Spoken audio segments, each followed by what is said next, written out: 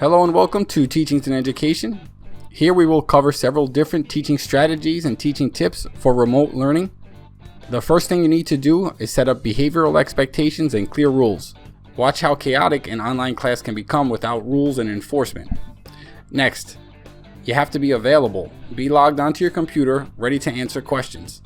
Even though students are not physically in a group, that doesn't mean that they shouldn't work in a group. Cooperative learning is key to life success and should take place online. The best teachers are the ones that make learning fun.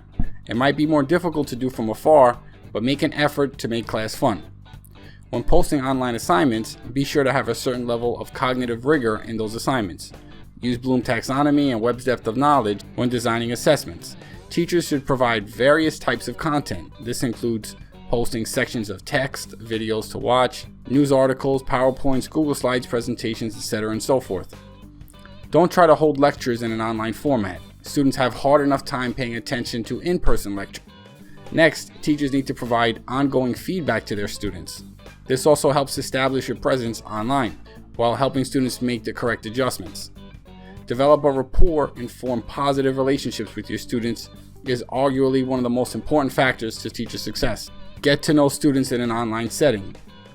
Activities should be engaging for all students. Teachers must structure assignments so that they are challenging yet achievable.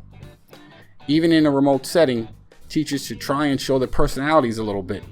Students want to get to know their teachers. Online conferences are an important part of remote learning.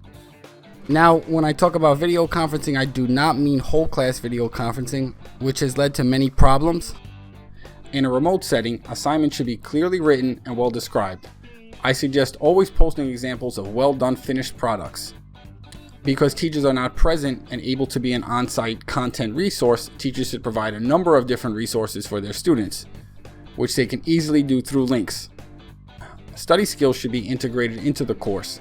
Remote learning requires students to use study skills in pursuit of knowledge.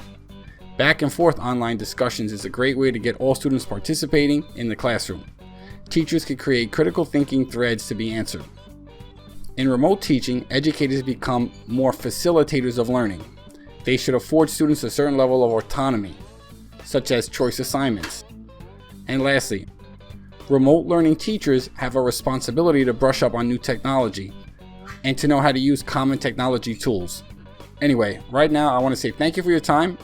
Don't forget to subscribe to this channel, like and share this video, and check the description for resources as well.